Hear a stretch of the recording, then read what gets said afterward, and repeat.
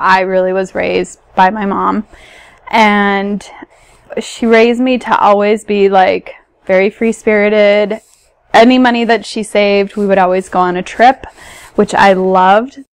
I got a pretty good job right out of college, and I lived at home, and I saved every other paycheck, and then I took off and I backpacked around the world for a year.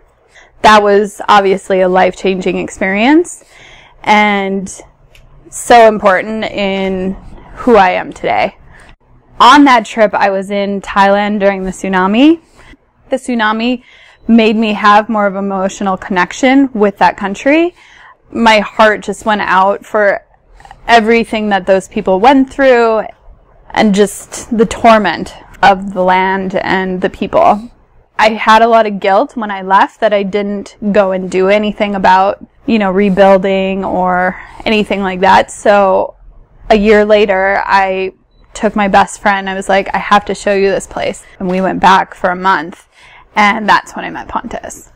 I was on this ferry boat ride. We were going to this island that was really far south. I was alone, and Pontus was next to me.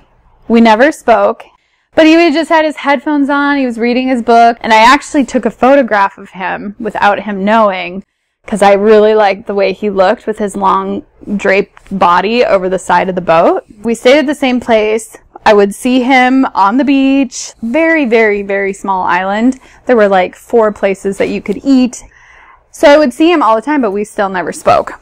So we're back in Bangkok, and there we went to like the massive weekend market called Chatuchak. And I was like, oh my gosh, those are the guys from Koh Lipe. Later that night, we went out to the bars, and we're in the main like tourist street called Khao San Road. And then we see them again. We stayed up all night. I love it. I love those moments of little fate that bring people together.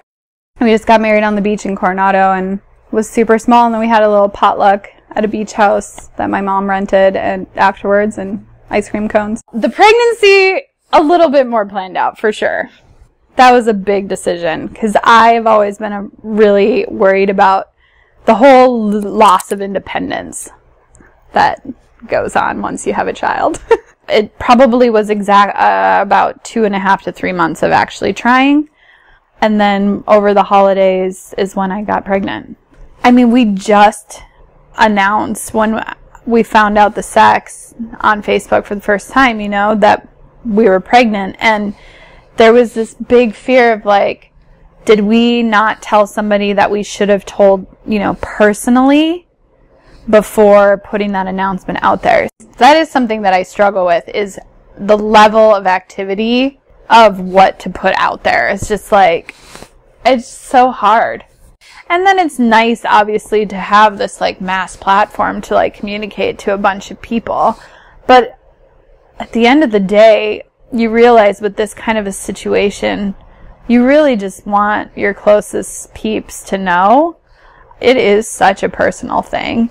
And yes, it's really exciting, and to say like we're having a baby girl, that's amazing, and I want to share that. But like all the intricacies of like what my body's going through and posting growing belly photos like a lot of women do, like I don't think that's for me. I get jealous when I see people on trips. I'm like, I want to be on that trip. I'm not going to stop taking trips.